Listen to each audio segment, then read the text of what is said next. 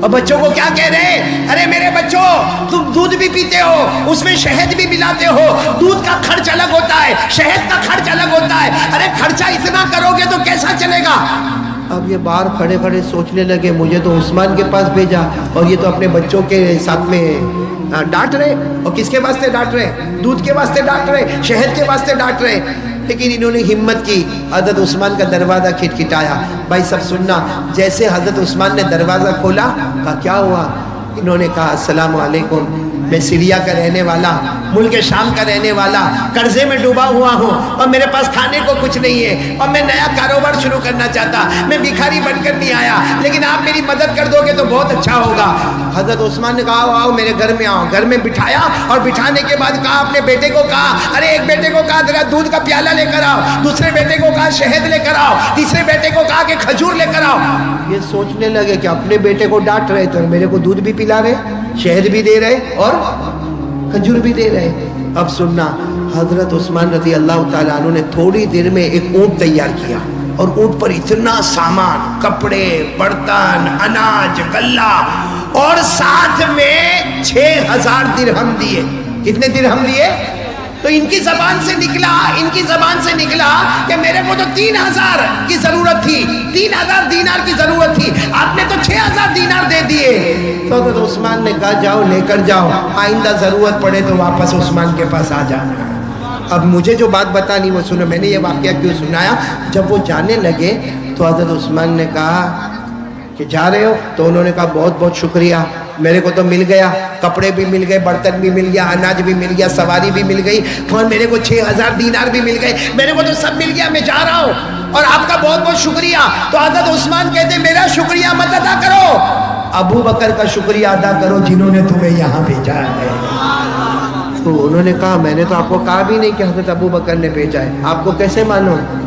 حضرت عثمان نے کہا ہم مصطفیٰ کے غلام ہیں، ان آنکھوں سے کم دیکھتے ہیں، ان آنکھوں سے زیادہ دیکھتے ہیں، ہم ان آنکھوں سے بصارت سے کم دیکھتے ہیں، ہم دل کی آنکھوں سے دیکھتے ہیں کہ کون کیا سرمایہ لے کر آتا ہے۔ خیر اچھا میرے کو بتاؤ ایسی سخاوت آج کوئی کرے؟ ارے بولو نا، ہمارے کھڑائی میں کوئی کرے؟ ارے کوئی کرے ایسا؟ آل اوور انڈیا میں جاؤ کوئی ایسی سخاوت کرے؟ نہیں کرے۔ لیکن ایک بات آپ کو بتاؤں، یہ عثمان اتنی بڑی سخاوت کرنے کے بعد جب حضرت ابو بکر رضی اللہ تعالیٰ عنہ کا انتقال ہو گیا، امیر المومنین کون بن گئے؟ حضرت عمر۔ حضرت عمر رضی اللہ تعالیٰ عنہ شہید ہو گئے، ان کے بعد میں امیر المومنین کون بنے؟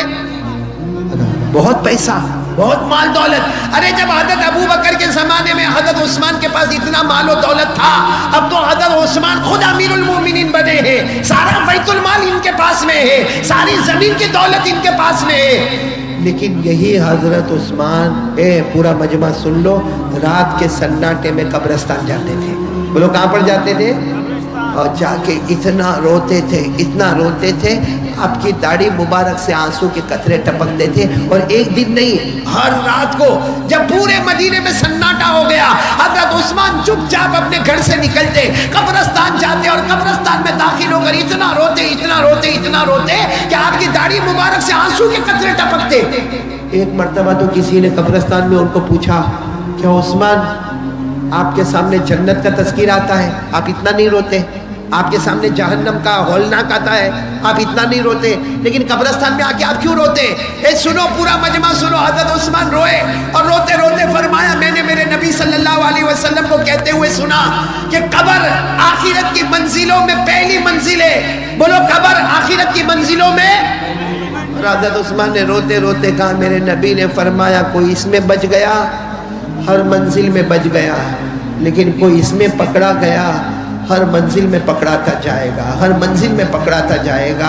میرے پیاروں یہ پوری بات حدیث پاک میں، بولو یہ پوری بات کہاں پر ہے؟